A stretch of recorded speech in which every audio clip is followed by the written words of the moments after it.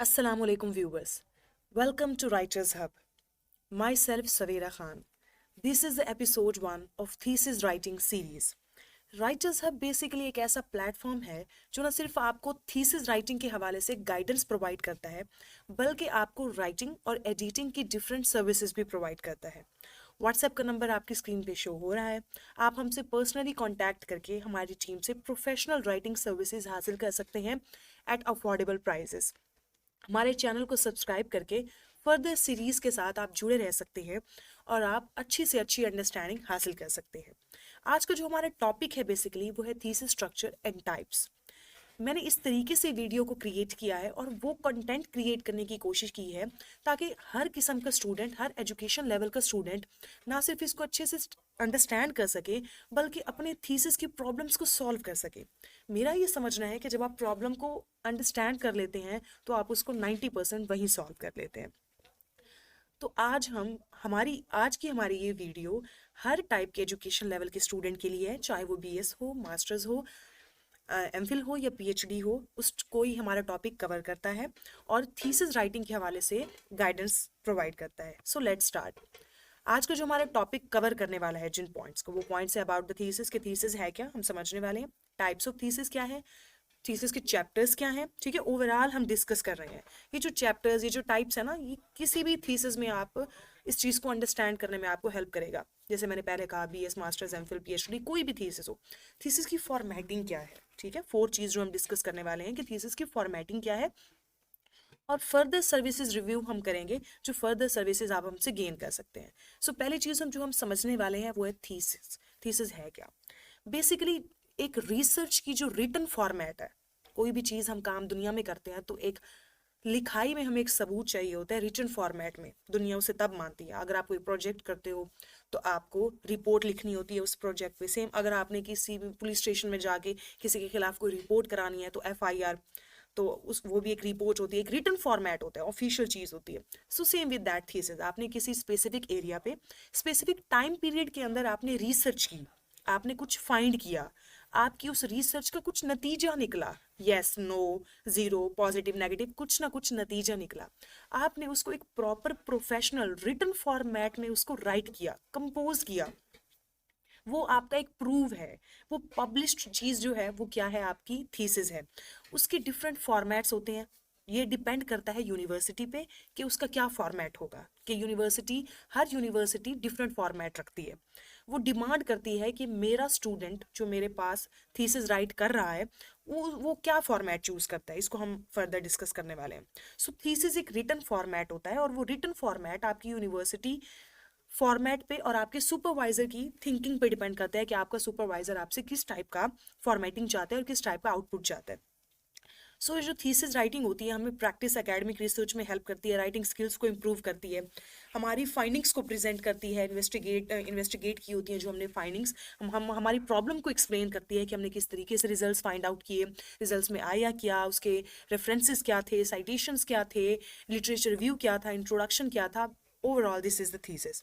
इसको फर्दर हम एक्सप्लेन करने वाले हैं कि थीसिस की टाइप्स क्या हैं, थीसिस कौन कौन सी टाइप से बिलोंग करते हैं according to education level. First one is BS thesis, short and simple thesis होते हैं। बीएस हमारी गवर्नमेंट का एक सिस्टम है कि अब 4 ईयर डिग्री प्रोग्राम होता है बीएस। मैंने खुद बीएस जोलॉजी में की हुई है, मेरा बीएस में थीसिस था and it was just epic. तो मैं कहती हूँ मास्टर लेवल पे अगर आपको थीसिस राइट करवाया जा रहा है आपके इंस्टीट्यूट से, आपकी यूनिवर्सिटी या कॉलेज की तरफ से, तो आपको एमफिल की ज़रूरत नहीं रहती। आप जब एमफिल में जाते हो तो आप इतने एडवांस हो चुके होते हो, इतने परफेक्ट हो चुके होते हो कि आपको बगैर किसी हेल्प के आप थीसिस राइट कर लेते हो। बेसिकली थीसिस राइटिंग एक स्किल है। आपको कंप्यूटर आता है और जिस टेक्नोलॉजी में हम रह रहे हैं और जिस टेक्नोलॉजी में हम जा रहे हैं, मुझे लगता है कि हर इंसान को कंप्यूटर आना चाहिए। कंप्यूटर आज के दौर की बेसिक नीड है। So BS thesis short and simple thesis होता है, 30 to 50 पेजेस, कभी कभी 55 to 60 पे भी चला जाता है, doesn't matter. Focus on basic research skills पे ये फोकस करता है, जैसे मैंने पहले कहा। Masters thesis, masters and BS similar हम कह सकते हैं, लेकिन इसका जो थीसिस होता है वो 50 to 100 पेजेस का होता है। चीज़ वही होती है, बात वही होती है, लेकिन थोड़ी सी हम उस चीज़ को एक्सटेंड कर देते हैं, उसका थोड़ा दौरानिया बढ़ा देते हैं। एमफिल थीसिस क्या होता है, एडवांस्ड एमफिल एक बड़ी चीज़ है। 100 to 150 थीसिस, जितने भी थीसिस मैंने राइट किए हैं हमारी टीम ने, तो 120 तक ही मैक्सिमम पेजेस होते हैं। जैसे मैंने पहले कहा, यूनिवर्सिटी पे भी डिपेंड करता है कि वो 150 रखवाना चाह रही है, 120 करवाना चाह रही है या 100, लेकिन बेसिक लिमिट यही है। और एमफिल थीसिस में क्या होता है, वो ही फॉर्मेट, वो ही सब कुछ, लेकिन इन डिटेल थोड़ा सा उसका दौरानिया बढ़ा देना है, थोड़े से पेजेस इंक्रीज होते हैं। आपको एमफिल में थोड़ा टाइम पीरियड ज़्यादा मिलता है रिसर्च के लिए, तो एक थोड़ा एक्सटेंडेबल चीज़ हो जाती है। The next and the last one is PhD thesis, very advanced. हमारे सुपरवाइजर थे, उनका पीएचडी थीसिस में घर ले आई थी। उनका सर मुझे दे दें, और मैंने इसी से क्लू लेके अपना जीबीएस का थीसिस लिखना है, तो वो मैं ले आई इंट्रोडक्शन, क्योंकि फॉर्मेटिंग वही थी, सर ने कहा था वही फॉर्मेटिंग है, तो आपने बस क्या करना है, चीज़ों को छोटा करके लिखना है, कम करके लिखना है, लेस एक्सटेंड करना है, उसको लेस एक्सप्लेन करना है, क्योंकि पीएचडी और बीएस के थीसिस में थोड़ा काफ़ी अच्छा डिफरेंस है। सो मस्ट बी ओरिजिनल होना चाहिए, and new knowledge to your field होनी चाहिए, उसमें ऐड होनी चाहिए। ऐसे ही तो डॉक्टरेट की डिग्री नहीं मिलती। पीएचडी थीसिस थोड़ा एक लंबा प्रोसेस है, टाइम टेकिंग प्रोसेस है, ज़्यादा टाइम होता है, ज़्यादा पेजेस होते हैं, 200 to 400, and a different level of thing is that. So next चीज़ जो हम एक्सप्लेन करने लगे हैं वो है overall chapters of the thesis. अब पहले भी ये मैं बात कर चुकी हूँ कि ये वीडियो हर टाइप के पर्सन को अंडरस्टैंडिंग प्रोवाइड करेगी। सो ये जो इंट्रोडक्शन, लिटरेचर रिव्यू, ये जो भी चैप्टर हम डिस्कस करने वाले हैं, ये सारे चैप्टर हमारे ओवरऑल थीसिस में ऐड होते हैं। कोई ऐसा थीसिस का टाइप नहीं है जो हमने पीछे डिस्कस किया है उसमें ये चैप्टर्स ऐड ना हो, ये सब उसका पार्ट है। क्लियर? इंट्रोडक्शन, चैप्टर नंबर 1, जिसमें आपने बताना है कि आपकी रिसर्च है क्या, इसका मकसद क्या है, इसकी सिग्निफिकेंस, इसकी अहमियत क्या है, इसके ऑब्जेक्टिव्स क्या हैं, ठीक है, इसके लिमिटेशंस क्या हैं, इसका स्कोप क्या है। ये सारी बातें जो आप अपने टॉपिक को डिफाइन कर रहे हो, आप अपनी ऑडियंस को अटेंशन को ग्रैस्प कर रहे हो कि मेरी चीज़ है क्या, आप अपने प्रोडक्ट को मार्केट में बेचने निकले हो, तो आपने उसकी खूबियां खामियां भी तो बतानी है ना। So that's the introduction. Clear and simple. The second chapter is literature review. जब आप अपने प्रोडक्ट को मार्केट में बेचने निकलते हो, तो आप बताते हो कि भाई मेरा जो प्रोडक्ट है वो तो फला प्रोडक्ट से भी अच्छा है। आप रेफरेंस देते हो कि माजी में कोई रिसर्च हो चुकी है, उन रिसर्च का रेफरेंस देना कि मेरी रिसर्च कोई न्यू नहीं है, ठीक है, ये रिसर्च फला एरिया में फला साइंटिस्ट या फला रिसर्चर ने इसको पहले कंडक्ट कर चुका है। अपने पास्ट में होने वाली उसी टॉपिक से रिलेटेड रिसर्च को, उन सैंपल्स को डिस्कस करना with authentic reference and citation is called literature review. Clear?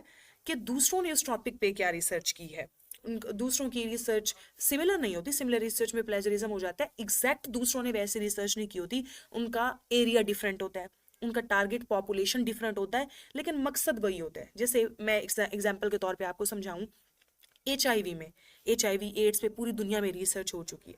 अगर मैं रिसर्च करने लगूंगी तो मैं अपने स्पेसिफिक एरिया पे रिसर्च करूंगी, मुल्तान हो सकता है, कराची हो सकता है, लाहौर हो सकता है। लेकिन अगर मैं किसी इंटरनेशनल स्कॉलर का पेपर ले रही हूँ पबमेड से, ठीक है, उसको मैं अपने रेफरेंस में ऐड कर रही हूँ, तो उसने न्यूयॉर्क में की होगी रिसर्च, ठीक है, तो रिसर्च वही है उसने, लेकिन एरिया चेंज हो गया। सो पास्ट इवेंट्स का हवाला देना अपने रिसर्च में अपने पॉइंट को स्ट्रॉन्ग करने के लिए, that's called literature review.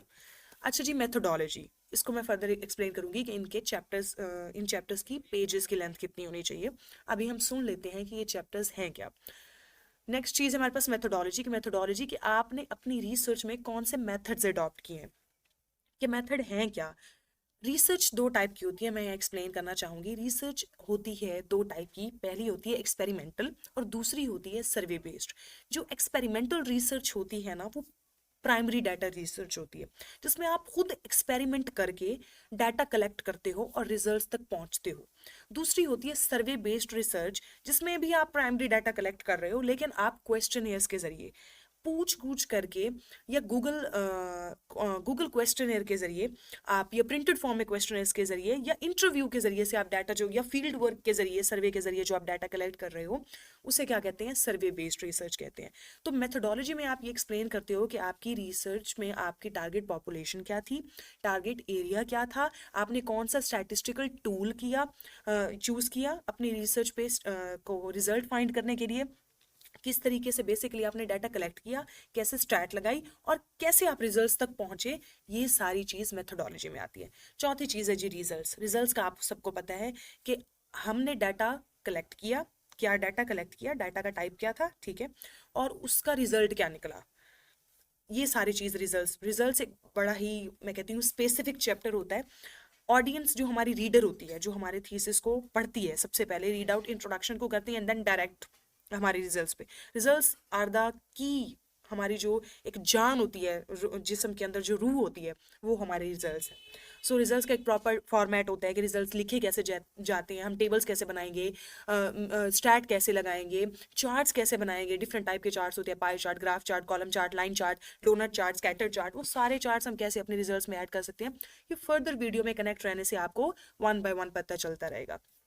The fifth chapter is discussion. अच्छा, कुछ यूनिवर्सिटी फॉर्मेट ऐसे भी हैं जो रिजल्ट्स और डिस्कशन का एक ही चैप्टर राइट करवाते हैं, लेकिन अगर हम इनको अलग अलग डिस्कस करें तो भी ठीक है। तो डिस्कशन में हम अपने रिजल्ट्स को प्रूव करते हैं कि भाई मेरे रिजल्ट तो ये आए हैं, उन रिजल्ट्स का मतलब क्या है, ये जो सारी चीज हो रही है, ये जो सारी गेम मैंने आपको बताई है कि इंडिया मैच जीता, कि पाकिस्तान मैच जीता, मैंने कोई रिजल्ट निकाला है, ठीक है, वैसे तो पाकिस्तान ही जीतता है हमेशा, सॉरी इंडिया जीतता है, तो तो अब ये हुआ क्यों, डिस्कशन में हमने उस चीज को प्रूव करना है कि ये हुआ क्यों।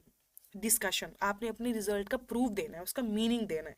डिस्कशन, फर्दर हम डिस्कशन को कैसे राइट करते हैं, क्या ये मजीद हम इस चीज़ को समझेंगे। The six one is recommendation.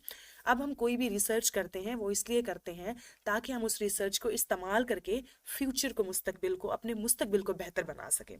सो इसे क्या कहते हैं, रिकमेंडेशंस कहते हैं। मैं एक रिसर्चर हूँ, मैंने रिसर्च की है और मेरी उस रिसर्च से क्या नुकसान हो रहा है सोसाइटी को, और मैं क्या रिकमेंड करती हूँ कि मेरी किन रिकमेंडेशंस की बुनियाद पे उस नुकसान को रोका जा सकता है। ये फ्यूचर रिकमेंडेशंस सिक्स चैप्टर में रिकमेंडेशंस में हम ऐड कर सकते हैं, बड़ा प्रोफेशनल किस्म का चैप्टर होता है। लास्ट चैप्टर इज कंक्लूजन, जिसमें हम टोटल एक समरी बयान करते हैं, सिंपल वर्ड्स में हम उसको सम करते हैं अपनी बात को। 1 से 2 पेज का चैप्टर होता है जिसमें हम अपनी बात को कंक्लूड करते हैं, that's the conclusion. The last and the final and the most important chapter is the references, जिसमें हम सारे रेफरेंस इंक्लूड करते हैं। अब रेफरेंस क्या होते हैं, अब हमने ये जो पूरा थीसिस राइट किया है, चाहे वो इंट्रोडक्शन हो, लिटरेचर रिव्यू हो, मेथोडोलॉजी हो, रिजल्ट्स हो, अब वो सारा का सारा डाटा हमारा खुद का नहीं होता। कुछ बातें हमने डिफरेंट स्कॉलर से लिए होते हैं, जैसे मैंने लिटरेचर रिव्यू का, इंट्रोडक्शन में भी हम बहुत सी बातें, बहुत से पैराग्राफ्स हम दूसरे स्कॉलर्स, दूसरे रिसर्च पेपर से लेते हैं। सो उनका रेफरेंस देना आपको प्लेजरिज्म के लिए सेव करता है। उनका रेफरेंस देना, उनकी साइटेशन देना, ये आपके रेफरेंसेस में इंक्लूड होता है, ताकि आप अपने आप को प्रूव करो कि मेरी रिसर्च माजी में हो चुकी है, मेरी रिसर्च सिर्फ मेरी नहीं है, उसमें प्लेजरिज्म का कोई केस नहीं है। References are the most important part of thesis. So next चीज़ को हम लेके चलने वाले हैं, नेक्स्ट चीज़ है हमारी थीसिस फॉर्मेटिंग। बेसिक फॉर्मेटिंग क्या है? अच्छा जी, ये वैसे फॉर्मेटिंग तो यूनिवर्सिटी के अकॉर्डिंग ही होती है, लेकिन मैं बेसिक बता रही हूँ कि फॉन्ट जो थीसिस में यूज़ होता है, टाइम न्यू रोमन, एरियल भी होता है, बट आज तक जितने भी थीसिस मैंने राइट किए हैं, time new Roman. Clear. Headings, अब हेडिंग्स का साइज होता है, हेडिंग जो मेन हेडिंग होती है वो 16 की होती है, हेडिंग साइज की बात कर रही हूँ, ठीक है, और जो सब हेडिंग होती है वो 14 की होती है, और जो पैराग्राफ होता है वो 11 या 12 का जाता है। लेकिन कुछ यूनिवर्सिटी फॉर्मेट होते हैं जो मेन हेडिंग 14 की, सब हेडिंग 12 की एंड पैराग्राफ 12 का या 11 का। सो ये डिपेंड करता है, लेकिन बेसिक यही है। स्पेसिंग लाइन स्पेसिंग की बात हो रही है, 1.5 लाइन स्पेसिंग यूज होती है।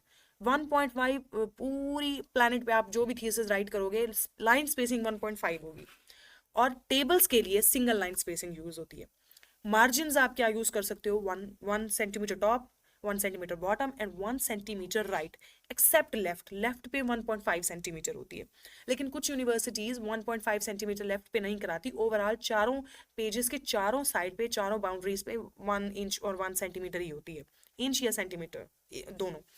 पेज नंबर्स, पेज नंबर्स आप बॉटम पे भी राइट कर सकते हो, बॉटम सेंटर पे, बॉटम राइट पे राइट कर सकते हो, ये भी यूनिवर्सिटी फॉर्मेट पे डिपेंड करता है। बट मेजरली जो मैंने राइट की हैं थीसिस, बॉटम सेंटर पे होता है या बॉटम राइट पे होता है, ऊपर हेडर पे कभी भी पेज नंबर नहीं होता, टॉप पे। अच्छा जी, tables and figures numbered with the title, table का जो कैप्शन होता है वो यूनिवर्सिटीज टॉप पे डलवाती हैं, और फिगर्स का कैप्शन फिगर के बॉटम पे आता है। चेंज भी हो सकता है, बट मेजर जो चीज़ें हैं ओवरऑल वो मैं बता रही हूँ। एक्स्ट्रा में क्या होता है, टाइटल पेज होता है, हम ऐड करते हैं एक्नॉलेजमेंट, टेबल ऑफ कंटेंट्स, ये हमारे इनिशियल पेजेस होते हैं, इनको कैसे क्रिएट करते हैं, इनको भी हम आगे लेके चलेंगे फर्दर। सो नेक्स्ट हमारी चीज़, हाँ जी, हमारी क्या सर्विसेज हैं इसको हमने एक्सप्लेन करना था। हम लोग सीवी डिज़ाइन करते हैं। अच्छा, इसमें मैंने वीडियोस भी अपलोड करनी है कि सीवी कैसे डिज़ाइन करते हैं। ये काम मैंने सारा प्रोवाइड करना है, आप लोगों को सिखाना है अच्छे से। असाइनमेंट्स कैसे बना सकते हैं, प्रेजेंटेशन कैसे बना सकते हैं, कैनवा वर्क ब्रिलियंट। भाई जिसको कैनवा कैनवा सीरीज आपने मिस नहीं करनी मेरी। जिसको कैनवा आता है ना, मैं कह रही हूँ, उसको सब कुछ आता है। आप बहुत स्किल्ड हो सकते हो कैनवा के जरिए। प्रेजेंटेशंस, लोगो डिज़ाइन, कुछ भी डिज़ाइन कर सकते हो आप। कैनवा सीख लें आप, ट्रस्ट में बहुत पैसे कमाएंगे आप। स्किल होना बहुत मैटर करता है।